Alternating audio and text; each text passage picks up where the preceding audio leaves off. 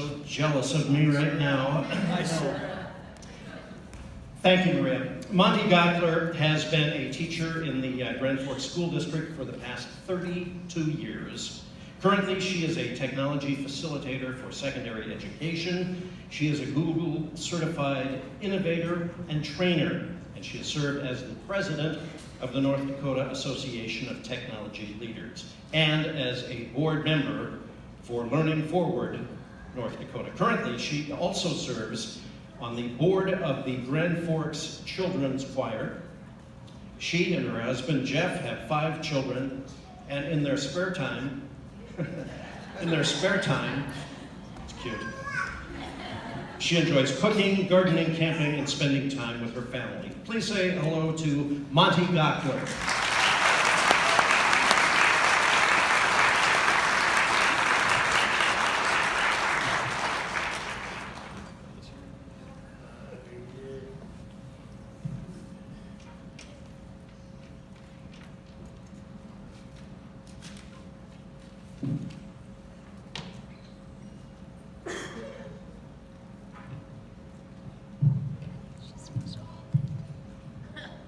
I guess I'll just hold this. Well, good morning. I am so happy and proud to be here.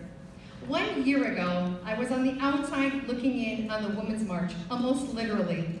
My daughter and I dressed in 10 layers to march down University Avenue. Little did we know that we would be standing in a packed coffee house at Archives. I didn't even bring money for coffee. As we stood in the door, though, I got a great sense of what people were thinking about in our community and what concerns people had to face in their daily lives. Over the past year, I've had a call to action in my own life, and I have decided that I can continue to express my concerns, or I can take the next step and do something about it. So today, here I am speaking to you about my call to action.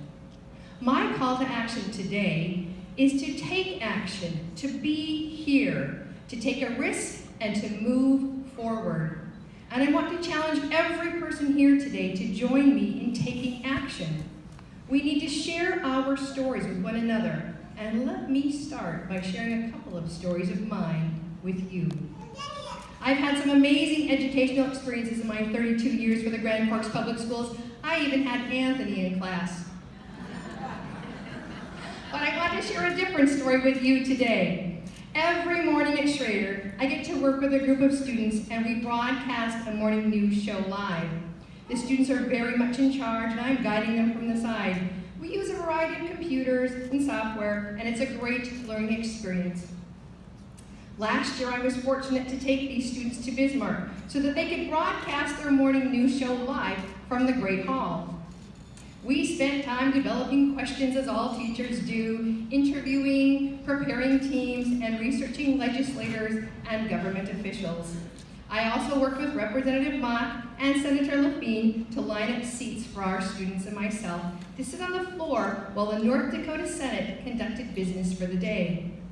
During the business session, however, I was startled at some of the comments that were made that were supposed to be reflective of all North Dakotans.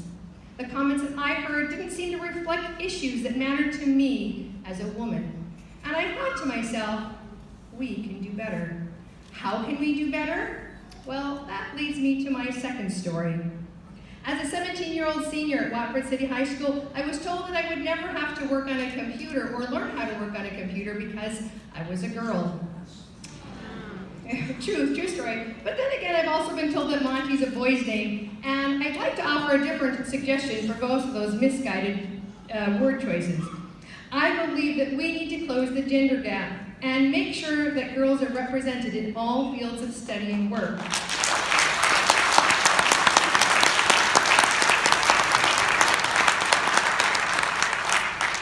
For part of that reason, every Wednesday night at Schrader Middle School, I facilitate a group for girls in computing called Girls Who Code.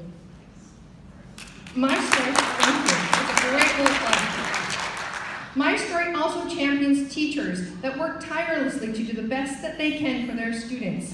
My colleagues bring food to school for children who have little to eat at home. They take whipped cream pies in the face, and that does not taste very good, I have to tell you, to raise money for children who may not have gifts under a tree at Christmas time. and they innovate in their classrooms to make sure that learning is modern and on target.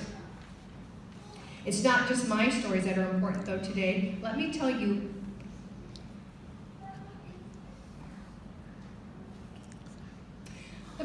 about the story of my niece.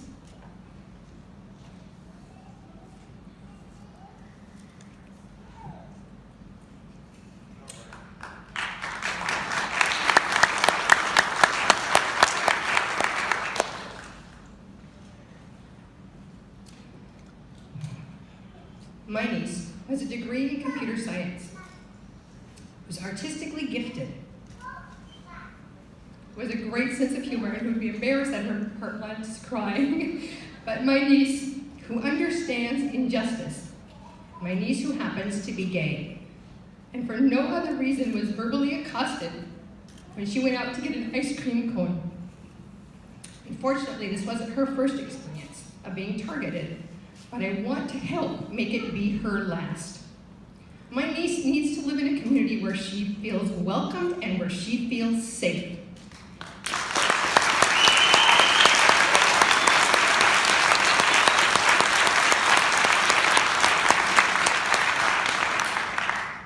How many smart, young, hardworking, loving, and caring people will we lose to different communities if North Dakota excludes those that suffer the consequences of old policies and denies human rights to everyone?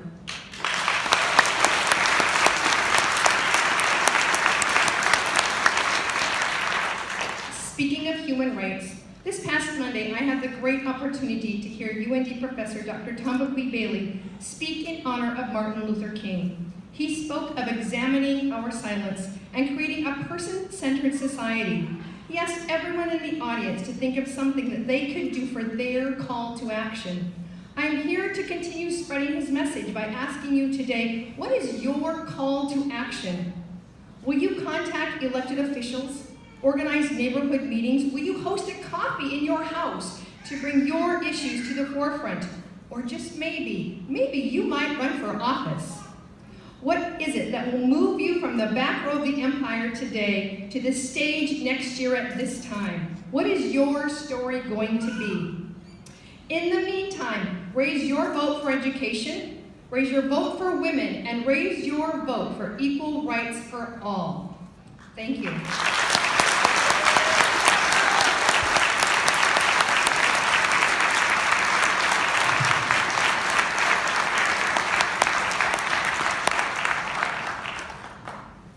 Thank you, Monte, very, very much. Many of you know that this event is being hosted today by